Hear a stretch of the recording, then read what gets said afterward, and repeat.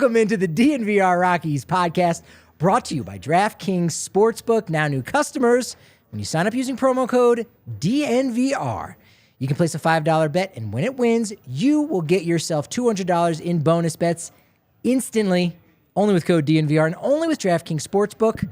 I am Patrick Lyons. And I am Suzie Hunter. Patrick, happy opening day to those who observe. And happy opening day to you. Thank you. I do observe. That's it. We made it finally. This post-game show is now a pre-game show because that is what 2023 is going to be about for the Colorado Rockies. Yeah. It's going to be a heck of a season. We're already being tested. We'll talk about all the news coming out of San Diego. We'll talk about opening day, some good things, and the MLB firsts for all the pitch clock history has been made. It will continue to be made, and but it's opening day, so it's good. It's fun. How are you amped up? Are you excited? Have you been watching a day's worth of baseball in I like really 2 have hours been, at a clip? yeah. I started with the Yankees-Giants game. I thought it was so interesting that this is the first time the Giants have opened the season in New York since they were the New York Giants. I was like, okay, that's kind of interesting. And I was watching the Phillies game too. They were up 5-0, and then Aaron Nola gave up like so many runs. So they lost that game. I think it was like 7-11, something like that. It was just really freaking sad. Yeah, that was a bad turnaround. That was a bad one. We had all 30 teams in action today, which you're like, I mean, yeah, it's opening day. You're supposed to. Hasn't happened since 1968. Like, that's just a weird thing. Baseball's always had that kind of a schedule with some teams starting like on Thursday. Or if you can remember in years past, we're like, oh, it's the Sunday night game of the week. That's the first game of the season. Then everyone actually starts on opening day. That obviously happened during the pandemic, July 23rd. First and only time I pray we will have opening day on my birthday. That's a fact. But we have all 30 teams in action. There won't be 15 games tomorrow because some teams have off. And that's just a weird wrinkle because basically if opening day gets canceled and you have tickets to game 2, I mean, good for you. But the people who had opening day tickets wanted to go see the first game of the season. Now, what? They have to wait for, get a rain check for another day? No, we'll just kind of move game 1 over to Friday. So that's just a weird thing. For opening day. I feel like that happens at Yankee Stadium like more years than not. But MLB is absolutely kicking themselves over thinking having an opening day in San Diego was a safe bet. And it wasn't. How is it raining in San Diego right now? Unbelievable. It's a harbinger of things to come, unfortunately, I feel like this is just a bad omen for the game now to be on. Is first pitch midnight, so technically it's Friday morning. No, it's 7:40 p.m. Obviously got pushed back 5 hours because of this weather. They do have a tarp at Petco Park, which we learned, which is news, I think, to a lot of people, right? Yeah, no, who knew they needed one? Apparently sometimes they do. Yes. Yeah, I don't think James asks in the chat right off the bat, the hottest take for this season. It can't be any hotter than the Rockies are going to have a delay because of rain in Southern California. I mean, no one would have possibly have seen that coming, but Here we are. I've been told by some people that my pick for Chris Bryant to win a batting title this year, it's this year or next, but you know what? I'll go ahead and settle in and say it's going to be this year as being a pretty hot take. A lot of that will just have to be if he's healthy or not. But I think that could possibly be the hottest of my takes for this year. That's a pretty hot take, Patrick. Yeah, I think so. We did get the opening day rosters. As we had said, it was pretty much finalized. Jake Bird is on the opening day roster, but not in any way that we were hoping for because he had gotten reassigned to minor league camp, just really hadn't had enough innings. And there was a better candidate in Connor Siebold and Gavin Hollowell. He could have made that case. Siebold on the roster. Hollowell will start his season on Friday in the minors. But the reason Jake Bird is included on his first opening day roster for the Rockies is disappointing news, sad news, really. Daniel Barr placed on the 15-day IL, but unfortunately not because of an injury, but because of some anxiety issues. He actually explained it's some on-field, off-the-field issues and said to Thomas Harding of MLB.com, from my experience knowing myself, I think just taking a step back, taking time to work through things, get it right, is the best approach. So you hope nothing but the best for Daniel Bard and him being open and honest about this. And, being brave about mental health here in America is something that obviously is an issue all over the world in general. So for him to be honest in that way, in that capacity, for a nice guy and a great guy like that and a great story, you hope that he can get that under wraps within, let's say, the minimum 50 days and then go back and still make an all-star appearance, which, you know what? I'm still betting on him to do that at this point. I love that he is so open about this mental health struggle that he's going through right now, because, I mean, we all know that just mental health has been on the forefront ever since the pandemic too, especially. I'm so concerned though, because after that performance in the World Baseball Classic, I'm worried he has the yips. I'm concerned. I hope that this isn't a long-term thing. I hope that this break will help him, but I am high-key concerned.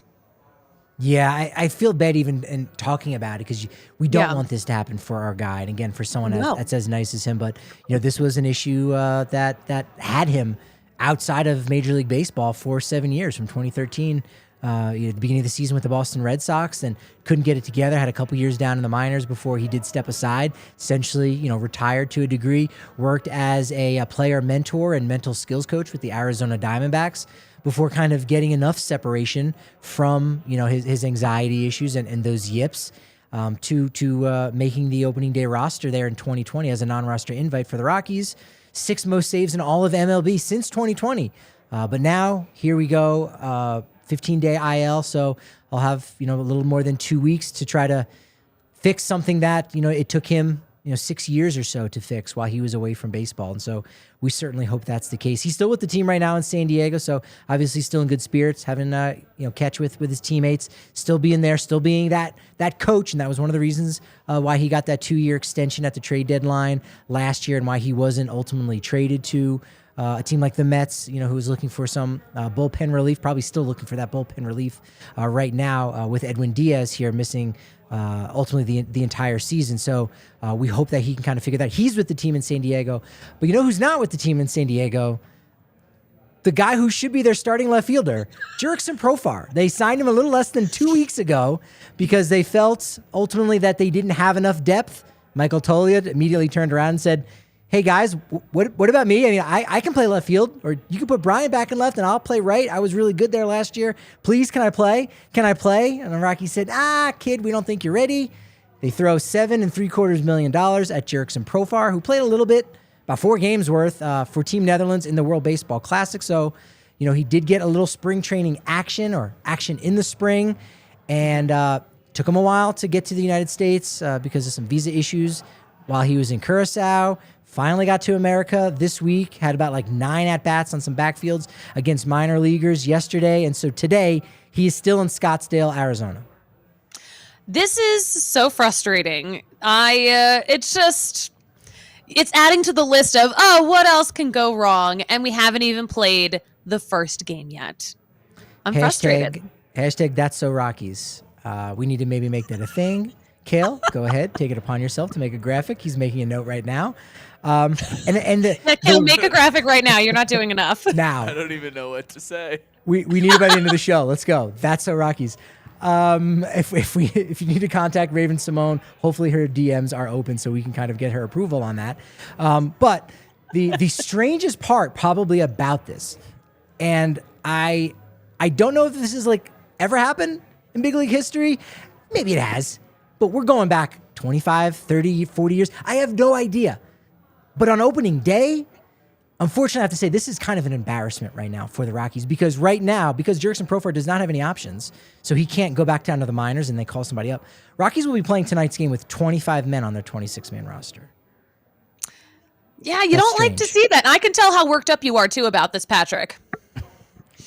Yeah, just a little bit. It's, again, they can't make any moves. They can't do anything. So you'll actually see him listed, on the roster as someone who can come off the bench, but he's not there. So they're going to have to operate with a slightly short bench on opening day against his former team. Maybe he'll be there. I don't think that he needs to play that much. I think I really thought he'd be in the starting lineup, maybe batting 7th, where Harold Castro is going to be hitting tonight. So just a strange situation in San Diego altogether for Rockies Padres 162. Yeah. Here we go. Yeah, no, it's gonna be if this is a hint at what we're gonna expect this season, just chaos, unexpected stuff. We gotta look back to what the tarot reader said too. She said it was gonna be a rough start. Remember? A rough start and a surprise in the middle of the season. The boys were talking before the show that on DNVR bets that I think the over-under for wins in April is 11.5. They've got 29 games, and I'm like, that's actually a pretty safe bet. You know, we know the Rockies can play pretty well early on in the season, despite, you know, what some of their personnel might be. But going 12-17, not great to be 5 games under 500 before you even reach the month of May. But with a schedule that is not that strong, you know, Padres are still without Fernando Tatis Jr. Let's keep that in mind. 2 against the Dodgers, okay, not so bad. I think there's a chance that 12, even if the over and under was 12.5 for wins by the end of April, I probably still would have taken the over on that. 13-16 is probably what I would expect for them to do here, getting out of the gates relatively quick. Yeah, and you know, when you look at who they're facing, even in the near future, the Nationals are coming to town a week from today.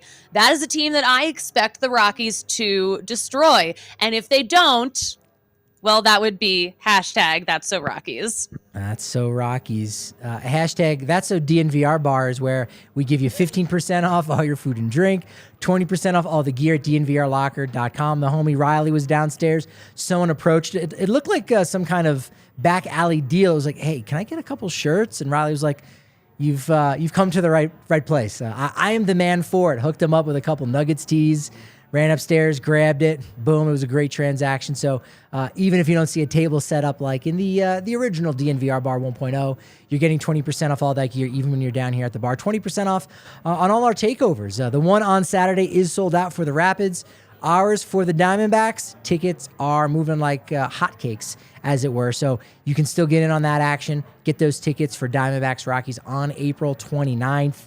That's one that you can't miss. That's going to be a lot of fun. That's where the fun will be had. Maybe not in the win-loss column or in the standings, but the fun will be had, of course, at Coors Field, where it's always sunny at 20th and Blake.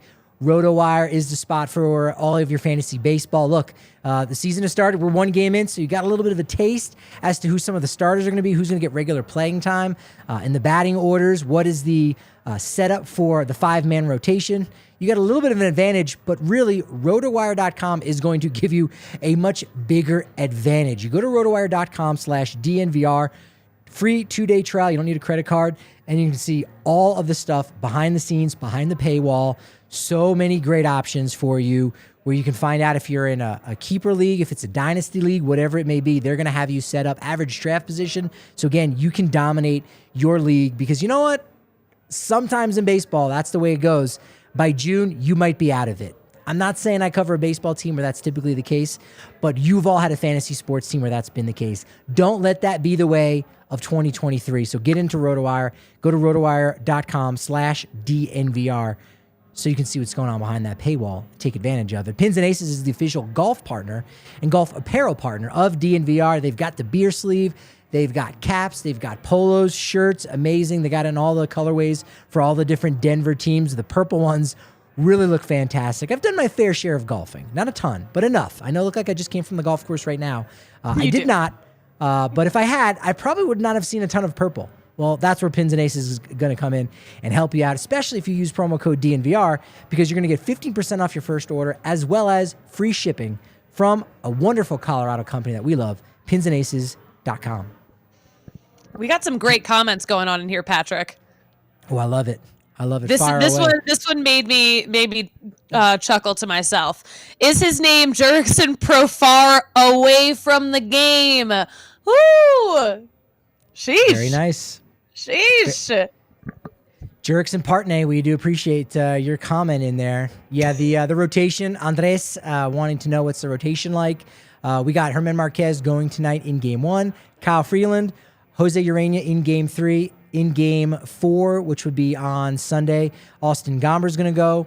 Ryan Feltner in Game 5. That's 1 through 5, which means Márquez will pitch twice on the road. The final one on the Tuesday getaway day, a weird 2-game series in LA, which of course means on the home opener on Thursday, Mr. Thomas Jefferson High School himself, Kyle Freeland, will be pitching on the home opener. So I do like that storyline. I thought maybe Freeland was going to be the guy that got the nod. I think the World Baseball Classic threw a wrench into the works just a little bit. Márquez looked really crisp, really was able to lengthen out over his handful of starts in spring training. So Márquez, opening day start, I'm down with that. Freeland, home opener, fantastic.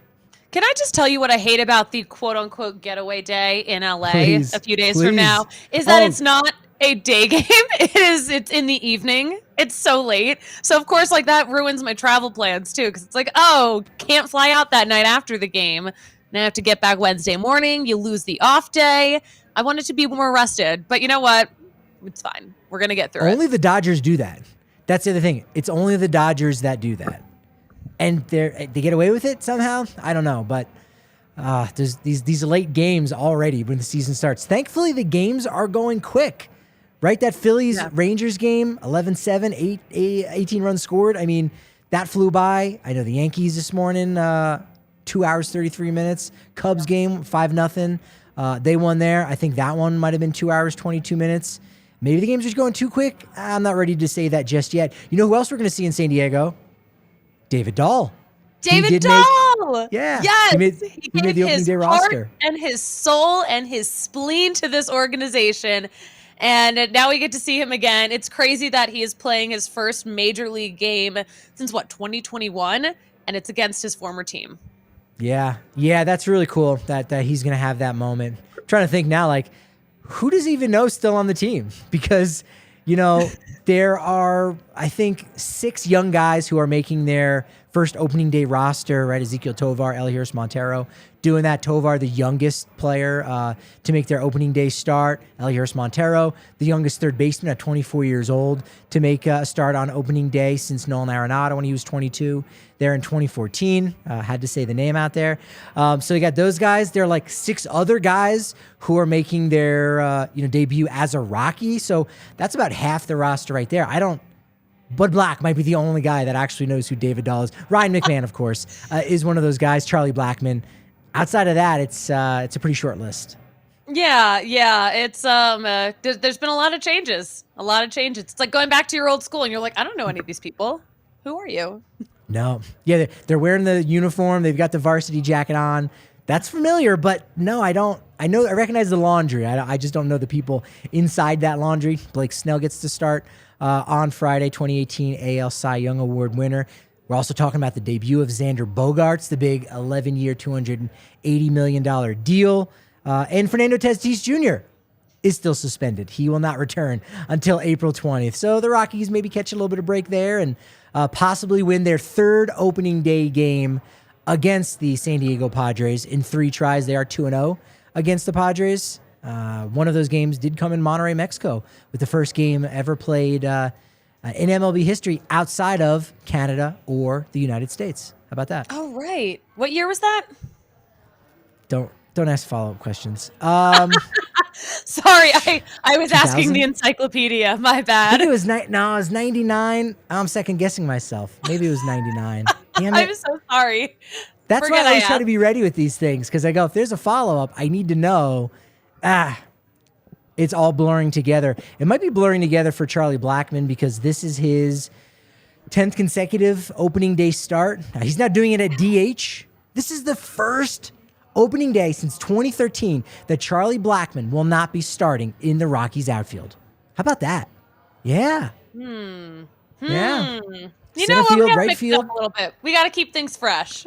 Yeah, gotta keep things fresh just a little bit. A couple other interesting first. We'll wait and see if we get a 2 home run game out of anybody from the Rockies. Of course, that hasn't happened since 2016 when Trevor Story did that in his major league debut. Maybe Eligibility Montero. He likes doing things in pairs. He got 2 hits in his first 2 pitches. Maybe he has a 2 home run game. That would be pretty neat. As I said, with Charlie Blackmon not being in the outfield, he will start as a DH. So this is. If you want to, you have to call DH a position because it is. It's not a defensive position, but it is a position. This is his 3rd different position that he's starting on opening day. Left field, right field, DH. Ties him with Carlos Gonzalez, who played left, center, and right on 3 different starts, which I find to be interesting. Jonathan Daza, the 6th different starting center fielder on opening day. You got Randall Grichuk last year, Garrett Hampson in 21, David Dahl in 2020. Hey, there you go. This is the David Dahl show. He's got 2 mentions now. Listen, Ian Desmond every in show is a 2019. David Dahl show. He's always with us. Yeah. Desmond in 2019, Charlie Blackmon in 2018. Of course, Eligibility Montero, as I said, starting at third base. He is now the 3rd in as many years to start at third base since the trade of a certain cousin. Do you know? And this is like, again, one of those things, the further away you get from it, the better of a trivia question it becomes. So in 2021, when Nolan Arenado got traded to the Cardinals, do you know who started opening day for the Rockies in 2021? So the first game after the Nolan Arenado era, do you know who that was? Was it Josh Fuentes? It would be his cousin, Josh Fuentes. Like, that's still great. That's such a cool little wrinkle of like, really? His cousin was the one? Yeah, his cousin was the one. McMahon So last weird. year, Montero this year. The last 5 opening days have been started by either Germán Márquez or Kyle Freeland. Our How about dudes. that? Yeah, Our dudes. dudes. I like this consistency. Yeah, it's pretty neat, especially because between 2004 and 2008, there were 5 different opening day starters in those 5 years, and 2011 to 2015, 5 different opening day starters in as many years. So it's nice to have that consistency. It's not like, we've got Clayton Kershaw starting every opening day, but, we've got, if it's one of these 2 dudes starting opening day, I'm happy with this. They are our Clayton Kershaws collectively. CJ Cron starting at first base 3 years in a row now. 3 consecutive starts at first base. First time since, of course, the little number 17 we know as the Todd father, Todd Helton, who started at first base 16 consecutive years. After Helton retired, we had a series of guys that did it for 2 years, right? Justin Morneau, Mark Reynolds, Daniel Murphy. Congratulations to him. Come out of retirement. He's now a Long Island Duck. Did you hear that news? He's I did not. Yeah, he's coming back. He hasn't played the last 2 years, but he's going to be a Duck. So good for him. Side note, did you see that Cole Hamels came out of retirement? Yeah, I feel like he has done that like the last 3 years. I don't know who he signed with because he's hanging The on. Padres. It was his hometown team. There you go. That's it. I saw it on Instagram today. I was like, oh, we're doing this again. Okay. I like that.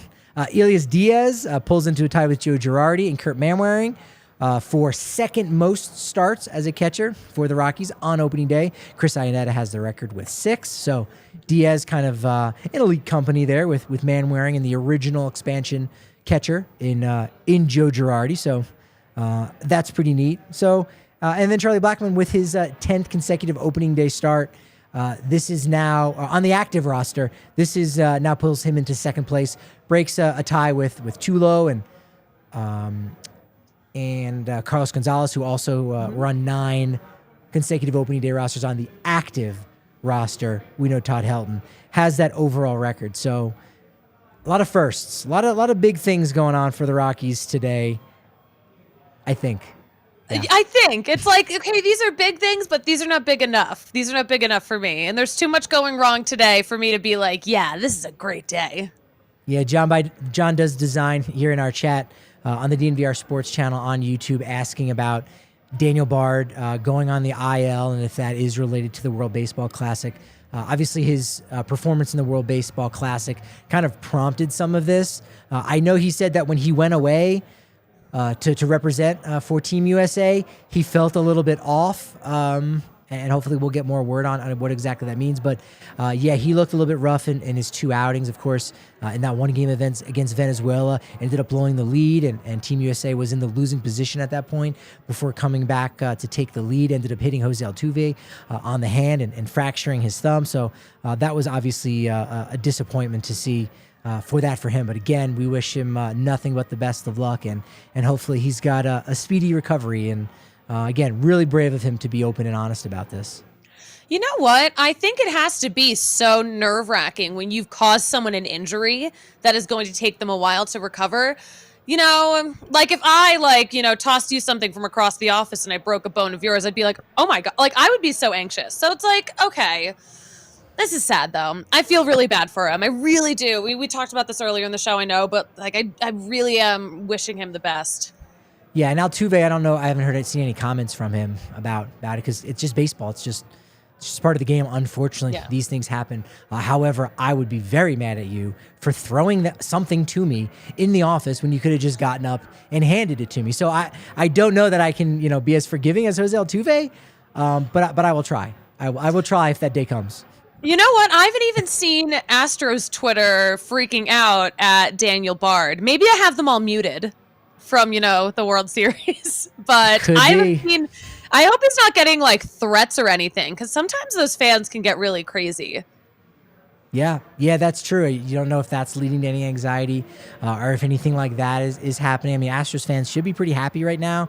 They just raised a banner as World Series champs. They got uniforms with gold on them.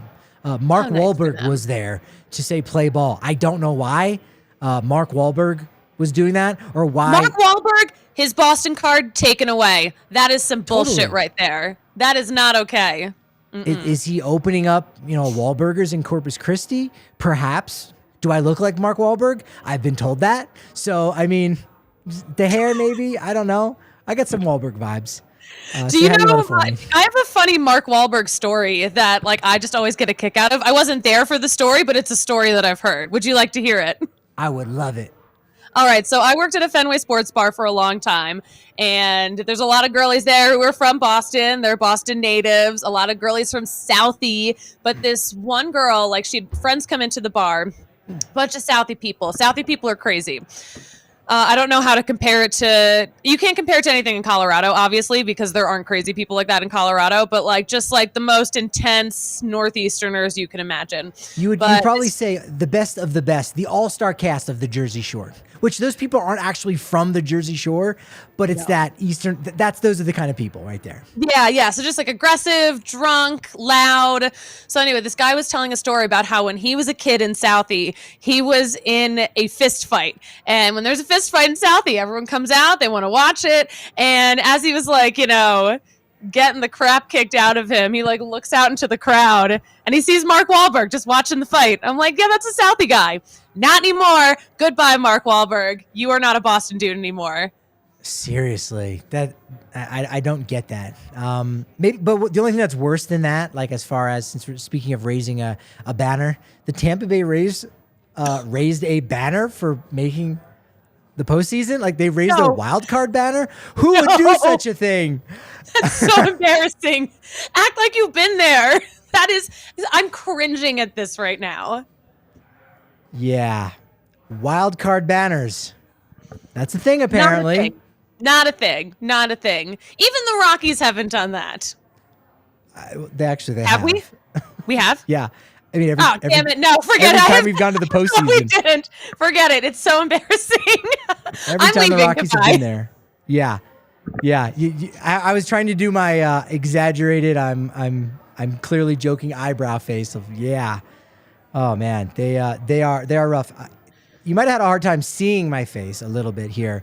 Maybe. And it's not because I'm wearing my Shady Rays. And I think that could be why. If I was wearing my Shady Rays, I could have hidden my expression. You could have probably understand, my joking nature. But what's no joke is just that Shady Rays are the best shades around. Buy one, get one. It's fantastic. They're guaranteeing it so that if you happen to break your glasses or lose them, they're going to hook you back up. Boom. It's that great. Look, the glasses, we know they can be really expensive. Shady Rays aren't. They're very affordable. You actually check them out at the Park Meadows Mall. If you want to get one, 2 or more pairs, boom, you're going to get 50% off with that. It's fantastic. So make sure you tap into that. These shades that have been loved and given 5 stars by over 200,000 folks online, everywhere. They're amazing. Shady Rays. I love mine. Still haven't lost them. Just haven't worn them in a while. This breaks my streak. I had them on for a month for ad reads, and then today with opening day, just been thrown for a loop. You know what? Today's such a weird day, and also I don't know if your Shady Rays, they're a little too cool for this brunch look you have going on right now. It's a different vibe. It's true. It is kind of a different vibe. I need something more reserved, something, that's brilliant, something that's bright, like my shirt is. But look, hey, bottom line, if we're talking about brilliantly bright, we're talking about Breck Brew's Mile High City Lager, the Golden Ale. I mean, that's the one right there. It's got a light body, it's balanced hop, malt character, especially and exceptionally clean finish. I mean, maybe I am the living embodiment of the Mile High City Golden Ale. It could be. You might be. I do. I love the Mile High Golden Ale. I haven't been told that I've been sprinkled with that it factor, but I do know that the Mile High City has been sprinkled with that it factor. It's that same it factor that helped Nikola Jokic, win back-to-back MVPs, I think, because it's the Mile High City Golden Ale. Let's get on that. Maybe 3 in a row. Let's go. Maybe 3 in a row. Opening day got its start with a blast from Aaron Judge on the second pitch he saw. Suzie, the question for you is, does Aaron Judge get to 63 before the Colorado Rockies? Maybe. Maybe it's possible. I do love how everyone on Twitter made the same joke after that. Like, Aaron Judge is on pace for 162 home runs this season. Let's go. Yeah. I got a good chuckle out of everyone thinking they were original, but yeah. How about my take? Mine's a very Rocky-centric take. Because again, 63 wins for the Rockies means 99 losses, which means they avoid something that is just a number. That's it. 100 losses. It's like age. Ain't nothing but a number. How about that? The story of the 2023 Colorado Rockies. That's the name of the book that I'm working on this season. There we go. I think it's possible that Aaron Judge has 63 home runs and the Rockies have 63 wins. I think it's very possible. So it's going to be a bust. You can't go over. You're going to say they're going to hit it on the head. I think it's possible they tie. Yeah. Yeah. So it'll be but Judge. But none of that is good. None of that is good. Judge will get there first, and then he'll also end with more. So it'll be like a double loss. Could be. Could be. The fact that this is like possible though is what like makes it like it's like this would be such a funny bit if it wasn't like actually in the realm of possibilities of things that could happen. Yeah, if Rockies will hit more than 63 home runs. We're just talking about wins in general. We got the debut of the pitch clock now, officially on record. Not these spring training games. First pitcher to violate the clock in MLB history. That would be Cubs starting pitcher Marcus Stroman. Boom, got an automatic ball called on him. It's history. Remember that. It's history. He gets to be a little note in your encyclopedia, Patrick. Or maybe possibly on the back of a Trivial Pursuit card. How about that? This is true. Could We're watching history today, folks. Do we know how many violations we've had total today? I know of at least 3. Like Austin Hayes was the first one to get a strike called on him from the Orioles. I think that might have been the top of the 8th. And then in the bottom of the 8th of that same game, Rafael Devers got a strike called on him. And that was strike 3. So we had it twice in the same inning, and one that ended up being an out. So we've had a couple of those, but the games have just been so speedy, which again is good in some ways, might be bad in other ways. We'll kind of figure it out, but I think most people will grow to like it. And if you're a baseball fan, less baseball is not good, but you're still going to watch it because it's baseball. But if you're not a baseball person, less baseball is now manageable and you will watch. And so again, that's the goal, is to get more people watching. But you know what? Also, it's not really less baseball. It's just less downtime in between the baseball that's already happening. So it's not less baseball. That's true. Yeah, the time in which, you may have to come out of your bear cave or your man cave a little bit earlier, gents that are out there, and be like, it was only 2:22. I was really hoping for like a 3:35-er. I'm sorry, you may have to have a conversation with your significant other. But as I likened it last week, I think this is a great analogy when talking with AJ Hafley last Friday. It's like deleted scenes from a movie. They're taken out for a reason, right? You can have an extended version. You could watch it and you're like, hey, I still love this movie. And I got to see more of my characters and learn a bit of a backstory. And okay, that makes sense from that other scene. And sure, now it becomes 3 hours and 25 minutes. But there's a reason why the director said, let's keep this at 2:35, 2:36. It just keeps the action a little bit tighter. And there's a reason why those scenes were deleted in the first place. That is a great analogy. I like that a lot. Good job, AJ. Yeah, it was my analogy, but he was on the show for it. Oh, I thought you said it was AJ's. Great job, Patrick. Great job. Thank you. I had to, because I'm like, this is so good. Like, people need to know. In other news, Hunter Green threw a pitch 105.2 miles an hour and didn't die afterwards. What's the bigger story? 105.2 or still alive? Suzie. Still alive. Same. That's incredible. Arm didn't fall off. Incredible. Yeah. Yeah, that's just unbelievable for that. A piece of news broke. I think two things broke this morning. One, that Topps and Fanatics are doing something interesting that I think when you first hear it, you might think it's cool, and then when you learn more about it, you might think it's uncool, and I think we'll be able to forget about it. It's just one of those things that will just whatever. It pertains to some people, and that's that. And that is they're going to debut an MLB debut patch. So it looks kind of cool. You see it. The only thing is it's really, really small, and the reason that it's super small, look, it practically fits in between two pinstripes. Yeah, that is tiny. It needs to fit onto a baseball card.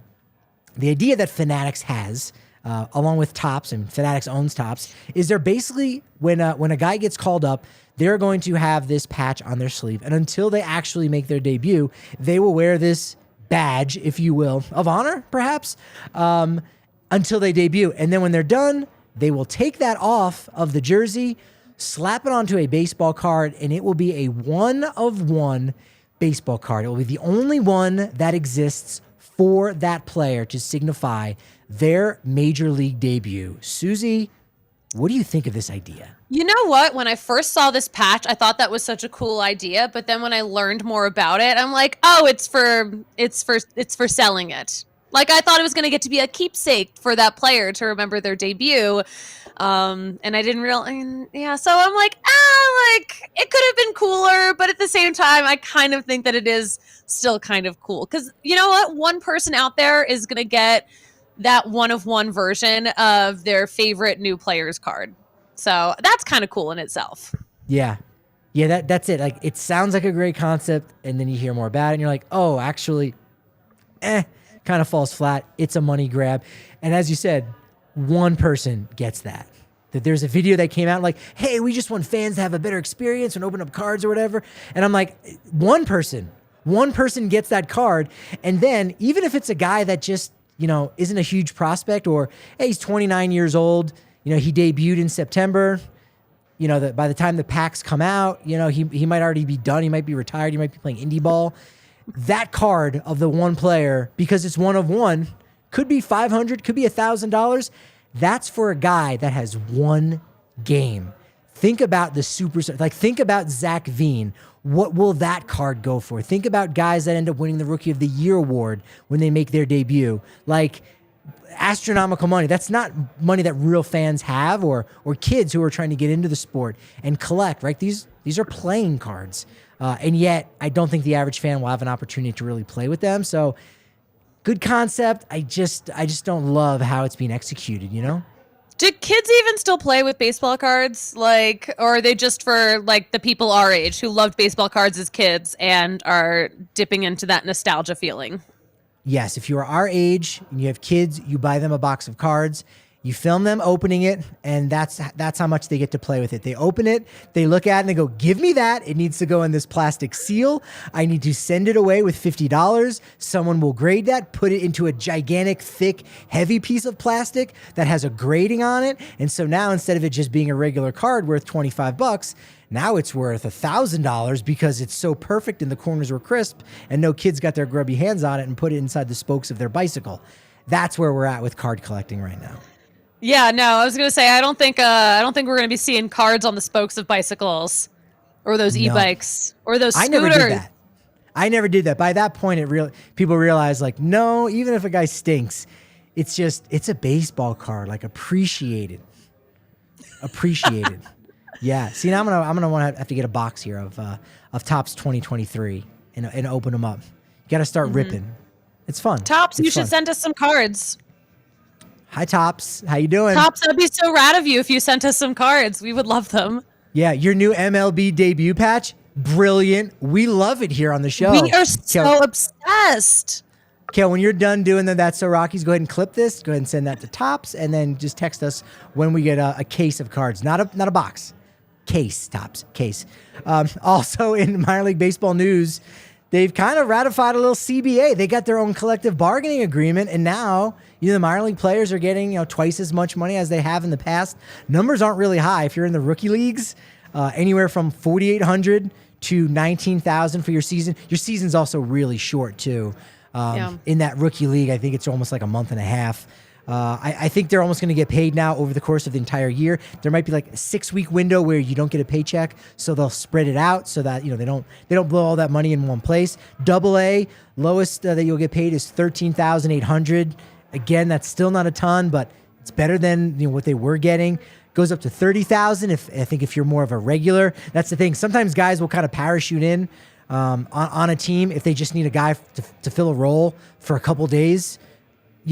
All right, that guy, you're just getting a game day kind of check. AAA, $17,500, $35,800. So $35,000 if you're kind of on the high end of a AAA player that's not a non-roster invite or you haven't had any big league experience. So still kind of minimum wage, but just light years ahead of what they've gotten in the past, right?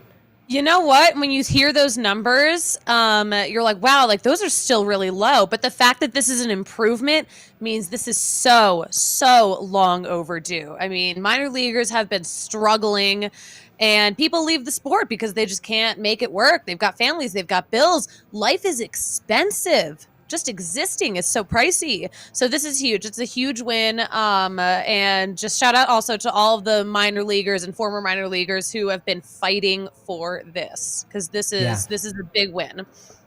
And the other thing too, you have to realize when you look at the salaries, they're like, they're not great. You got to spend some money on your housing. No, that's one of the things that have changed. So really, they're getting to keep this money. They actually can hold on to it rather than using it to pay rent. That's one of the things that I know you've probably been closest to in the Northeast. I mean, Hartford's not a cheap place to live. Nope. Albuquerque, maybe more so, is a AAA place. Spokane, okay, maybe a little bit cheaper. There are some smaller cities in the minor leagues that are cheaper. What if you're signed and you're playing in a spot like New Orleans is no longer a minor league city, but you're like, whoa, that's a major city. San Antonio, that's a major city, but it's also a minor league city, so it can be expensive to live there. Now those guys don't have to worry about that. I know there in Hartford, that can be a serious issue to try to find a good place that looks nice and then make it somewhat affordable. Yeah, it's so crazy, especially in the Northeast.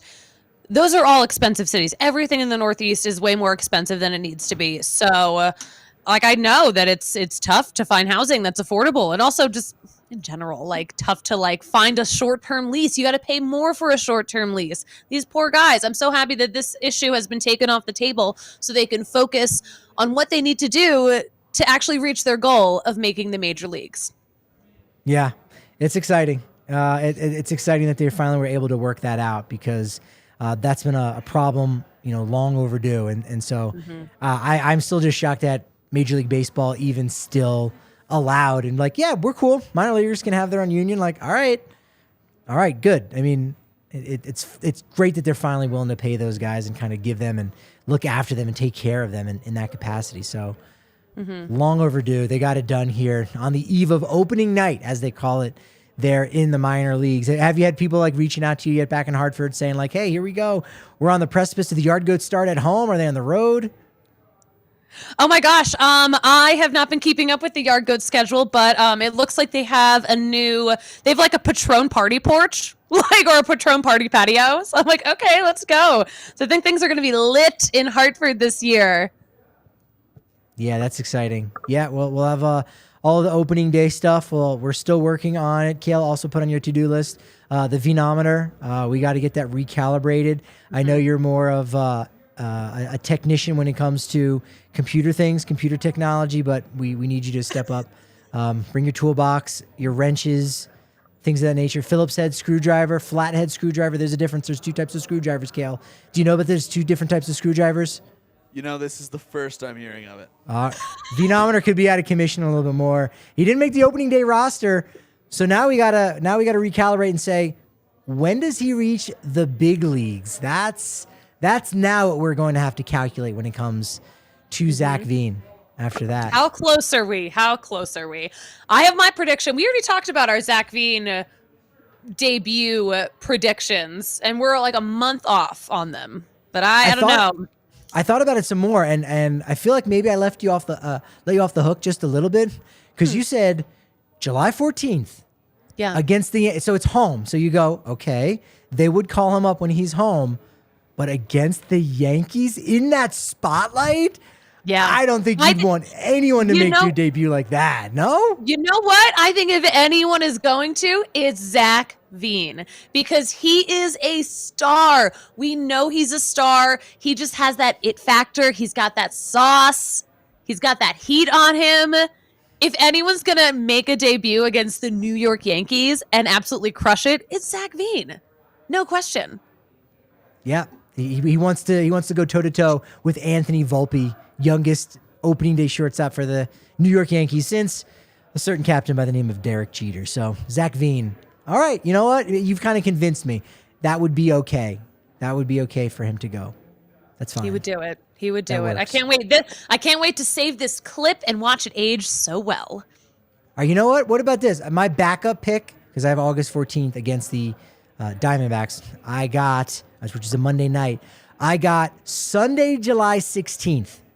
2 days after your select. This is my backup pick. Here's the angle.